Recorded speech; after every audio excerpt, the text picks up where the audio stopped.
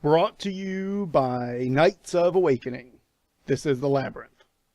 And I am your host, Charles McBride, yet again bringing you into a world of mysticism that you may not have expected or experienced, or if you've been training as hard as I've been yelling at you to for the better part of 3, 4, 5 years, something like that, maybe you have experienced something like this. So today we're going to talk about an experience I had, what I will call a bit of a Jedi moment, if you will. It was no shock or surprise to anyone that I was a member of the Jedi community for the longest time, and still support some actions within it, while not always all actions within it. So, that said, before I begin, other communities I'm involved with now that get a bit of a shout out, or at least, rather, I should say organizations, obviously, Knights of Awakening. I'm also a member of the Four Norsemen. I'm a founding member there. I am one of the Four Norsemen. If that was not obvious by the big red bushy beard, I don't know what was, but that needs to be said. I work closely with Papa Hood Sorcery on many, many things, and I am also the lead of the Rosequartz Labyrinth, which handles things like conjuration and talisman creation, and where you'll see most of my personal work at, outside of the more craft-oriented Four Norsemen side. So, with all that said, you now know who I am a little bit if you didn't know. Let's get into this Jedi moment that I experienced a couple days ago. First of all, we're on a deadline at this point in our lives. Our family is moving. And we're not moving at a quick speed. We're not moving, rather I shouldn't say we're not moving at quick speed. We're not moving with the time to be anything but quick. We're not moving with the resources to be anything but expedient. We're on a deadline. Things have happened to cause us to have to do what should have been a 2-week move in 3 days.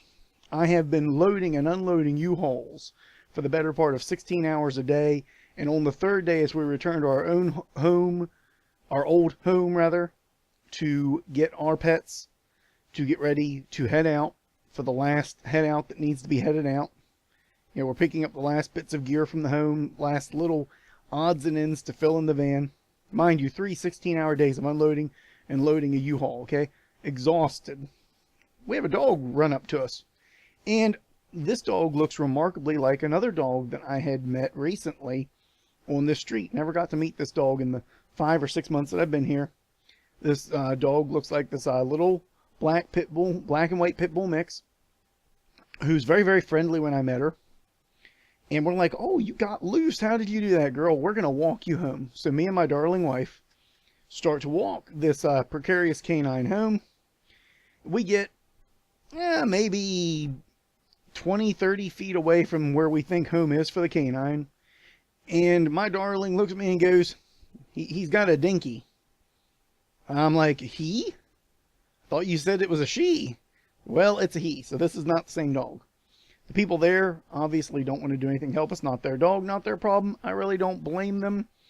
And I would have done something in their shoes, but they were not willing. So we turn around. We head back home. We have very little in the way of resources to do anything about this at this point.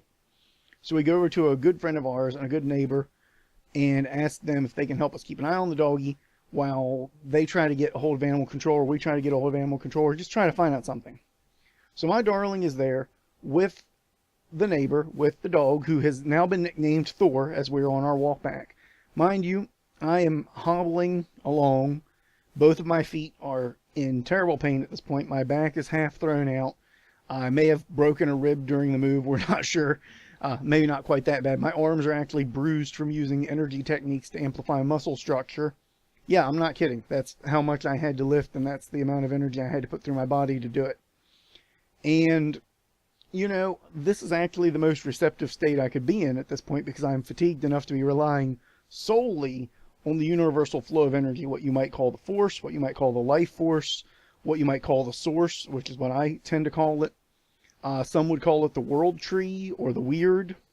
There are a lot of different words and explanations for this, but needless to say, I am drawing on it like a fish drinks water. Like a fish drinks water, I am drawing upon this energy. And I say, I'll be right back. I'm going to go find its owner. My darling looks at me and says, well, how are you going to do that? And I said, I don't know. I'll be right back. I said, I'm not going to go too far. Don't worry. So I go up the street, And I'm listening to see if someone's calling for this dog, because it's a beautifully well-maintained pit mix. This dog is elegant. Okay, the dog has no tartar on its teeth. Its nails are perfect. Okay, this is a groomed animal. So someone should be looking for it. I listen for the calls of someone somewhere. I hear some people yelling to my left. It feels off. This is where we're going to get into the technique, what I'm actually doing. I'm reaching out with my senses. I am taking my sense of touch, my sense of hearing, and I am letting those move outside of their normal realm, so that my body's sense of touch now interprets the universe. I'm expanding my awareness and my field of awareness. I'm going out probably about a mile total, so a half a mile in any direction would be a good way of looking at it, but a mile total on this. And that's not a lot of distance, but it's enough to give me some information. And my feeling says to me that while I'm hearing people yelling left, I need to turn right down the street. So I turn right. You know, I'm there, still working with my senses. I get maybe another 100 feet, realistically, maybe 50 feet down the street, and I stop. My awareness has told me that I must stop. I can feel that the pull to where I need to be is right here. So I'm expecting that, you know, the vehicle that will be carrying these people looking for this immaculately maintained dog will appear somewhere. Something to help me find, you know, the owner of this animal. I don't see or hear anything to that indication. My senses are still saying right here, right now. I was going to wait a little bit more. I turn, and I see two people outside discussing something technical. I think it had to do with a solar panel or something they were putting in their house. I get the feeling I need to talk to these people. I don't know these people. I've never met these people. They don't know me. They have no clue as to who I am. I am a big, red-bearded man in a Superman shirt. Okay? I am not probably the most friendly-looking person you've ever seen. And I am one of the nicest people you'll ever meet. But that does nothing, you know, for the fact that I've been running for 3 days straight, and I'm soaked in sweat, and I'm there going, "Hey, over here, could I talk to you for a minute?" You know, like the Jolly Green Giant falling out of the tree. So, the guy looks up and he goes, "Yeah, what's up?" And I said, "Have you seen a black dog?" And he goes, "No, but someone else came by looking for their black dog. Little black dog." Well, maybe, as I said, well, could you point me in the direction of him? I'm trying to find him. We have found this dog. Could you give me any information? They said, yeah, he's a little black beagle or something. And I go, well, no, this is, I guess it's a little dog. It's not, I mean, there are bigger dogs, but it's a pit mix. I mean, that's a fairly big sized dog. It's not like a Chihuahua. And black, and before I can say anything else, the guy looks at me and goes, "With white on?" I said, "Yeah, a little white lightning bolt on the back of his neck." And he goes, "That's my dog." And I go, "That's your dog?" And he goes, "Yeah, that's my dog." I says, "Are you sure your dog is in the house?" And he runs in the house and he yells for his dog. Gets no response. He says, "No, I'm sure he's not." And I said, "Well, I think we got your dog." I said, "Come on, follow me." And he goes, "Oh my God, thank you, man. You found my dog. I didn't even know my dog was missing. We would have never even known when to start looking for him." And I said, "Well, he's really friendly." I said, "What's his name?" And he told me his name. I said, "Well, he also answers to Thor and to Good Boy." He answers to Good Boy. He sits, he stays, and he rolls over. He even lays down on command. He goes, "Yeah, that's my dog. He's real friendly."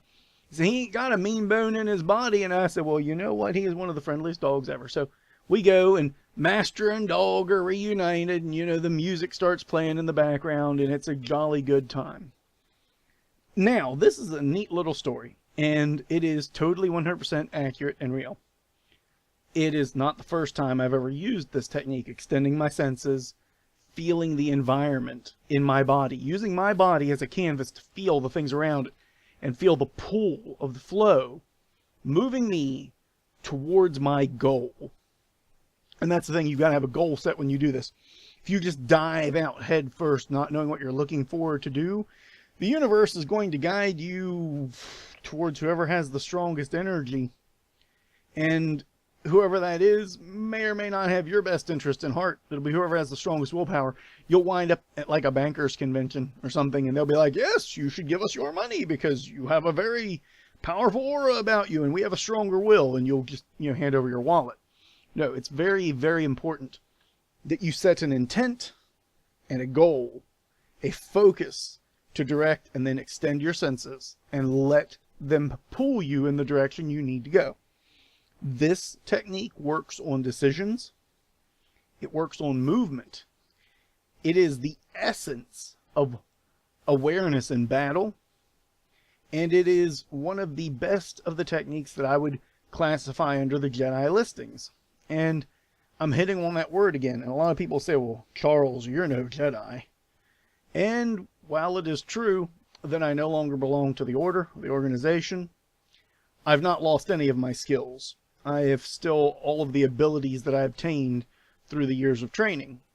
And it was good to have that kind of re-noticed, and it's good to bring this out because I honestly believe these core skills that fall into the direct methods, as they were, raw energy work, if you will, that are often, let me rephrase that, were at one time often explored and trained heartily in the old Jedi community, are of incredible value. In fact, if I had to give a basic first exercise to a student, this might be it. This might be the exercise I would ascribe for my first students to try. And I honestly think that you'll get a lot out of using this technique. Remember, you've got to center and focus, take some deep breaths, and you've got to feel your senses expand outside of your body, and then allow your body to act as the canvas. I once had a student say to me, how do you sense something outside of you? I say, well, usually it'll feel warm, or something in the pit of my stomach will alert me to something that is going on, or I'll feel a sense of pressure that my mind will interpret. They go, well, what about your sixth sense? And I go, well, that is my sixth sense. They said, no, that's a manifestation of one of your five senses. And I looked and I said, are you stupid? Do you believe that you can experience something outside of what your body already experiences? Because, frankly, you can't. Not easily. There are rare situations where you can, but at the neophyte levels, the novice levels, and even the adept, even all the way up to where you are skilled, even low-level mastery of these arts, you're usually relying on body senses, sensations that the body is interpreting, that the body is receiving, that the mind interprets. So realistically, the spiritual body brings in the information, casts it onto the physical body, and then that gets interpreted by the mind. If you believe that you're going to sense anything about those, well, you're just silly. So with that, though, you now have a powerful technique. It's a good starting technique. And this is a good way for the Labyrinth to get back into the swing of things. Justin has spoke heavily about getting back to basics, and he is absolutely right. When did the Labyrinth become a political platform? I don't know. And I don't care to find out either. I hate listening to my own old work, even though I love the work that I've done and what it's done for the communities. So that said, it's a good time to get back to basics with this, and I hope that this very introductory method, this very simple energy technique that can be immensely valuable in your day-to-day life, helps you a little bit further. And eventually we'll talk about some of the harder energy techniques that I had to use during this move that have left my body bruised and beaten by flushing energy into the muscles at such a severe rate that I'm lucky I'm still alive to be here to have this discussion. But that's for another day, that we'll discuss those more high-level techniques that require a lot of training. So as always, two things that I'm always well known for saying: train harder and awaken the night within.